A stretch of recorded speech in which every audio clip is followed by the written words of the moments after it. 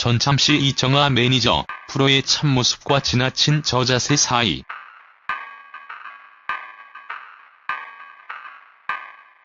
새벽 5시에 일어나 준비한다고 했다.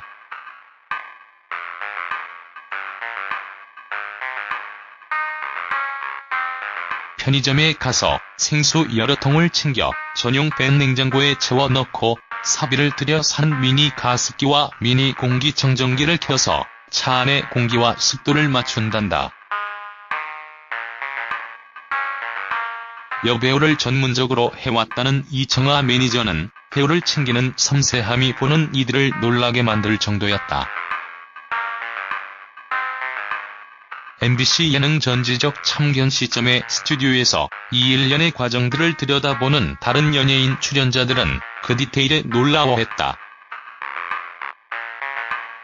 본격적으로 준비를 마치고 이청아를 픽업하러 가는 길, 미리 히터를 틀어놓고 충분히 따뜻해지자 이를 꺼놓는 매니저에게 왜 그렇게 하느냐고 묻자 여배우의 피부를 위해서라고 했다.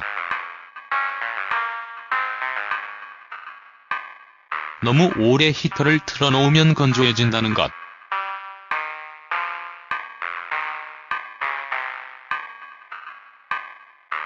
이청아를 태우고 메이크업을 하기 위해 샵으로 가는 데서도 매니저의 놀라울 정도로 디테일한 배려가 두드러졌다.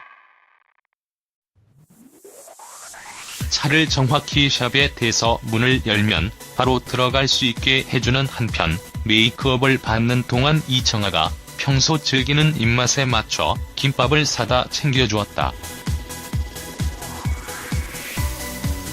물병 하나에도 신경을 써서 아기들이 쓰는 빨대에 나오는 물병 뚜껑을 챙겨줄 정도로 매니저는 작은 일조차 놓치는 일이 없었다. 영상 바로 보기. 청아TV를 촬영하는 와중에도 매니저는 쉬지 않았다. 촬영팀들보다 더 거대한 렌즈가 장착된 카메라로 홍보용 사진을 찍고 음식을 먹는 장면을 찍고 있는 이청아에게 혹여나 목이 막힐까 차를 갖다주고 손에 묻은 걸 닦으라고 냅킨을 챙겨주는 등 그는 누가 봐도 워커홀릭에 가까웠다.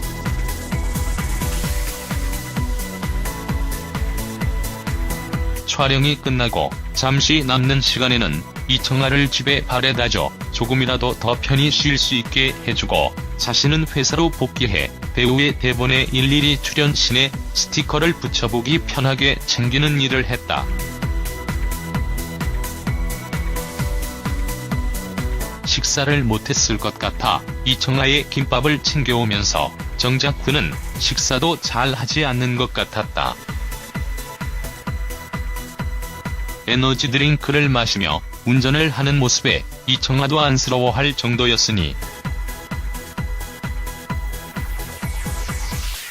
이청아는 오히려 매니저에게 그러지 말라고 했다.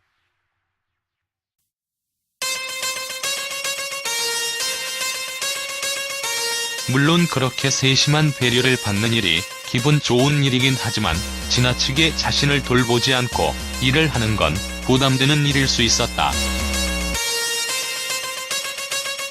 또 이청아의 말대로 어찌 보면 매니저의 컨디션이 배우의 컨디션일 수도 있다는 걸 생각해보면 그렇게 쉬지 않고 일하는 것이 결과적으로는 배우에게도 좋지 않은 일일 수 있었다. 영상 바로 보기.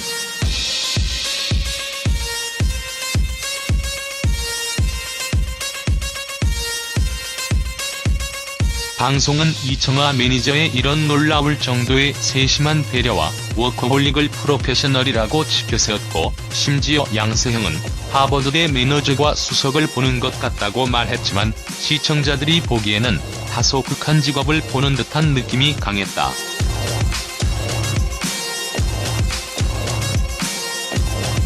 매니저의 지나친 배려가 지금까지 전지적 참견 시점을 통해 봐왔던 연예인과 매니저 사이의 수평적인 관계와는 사뭇 다른 느낌을 줘서다. 그리고 이것은 어쩌면 개그맨 같은 예능인들과는 다를 수 있는 배우들의 매니저가 갖는 차이를 보여주는 것일 수 있었다. 따라서 전지적 참견 시점이 보여줬던 다소 판타지적인 연예인과 매니저 사이의 수평적 관계가 일반적인 것일까 하는 의구심마저 만들었다. 물론 이청아가 그렇게까지 하길 원한 건 아니었겠지만 그 매니저는 선배들로부터 이미 그렇게 하는 것이 진정한 프로라고 배워왔던 것으로 보인다. 과연 이건 프로페셔널일까 아니면 지나친 걸까?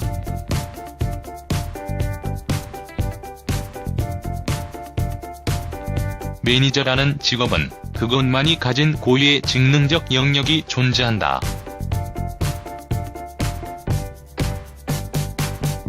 하지만 그것은 직능적인 영역일 뿐 그 이외의 관계는 수평적이어야 하는 게 맞다. 그런데 과연 우리네 연예계에서 대부분의 매니저들이 연예인들과 그런 수평적 관계를 맺고 있는 것처럼 보이진 않는다. 일의 영역이 배우를 챙기는 것이라 그렇게 보이는 주종 관계가 진짜 관계로 굳어버리는 경우가 다반사이기 때문이다. 물론 이청아와 매니저의 관계가 그렇다는 건 아니다.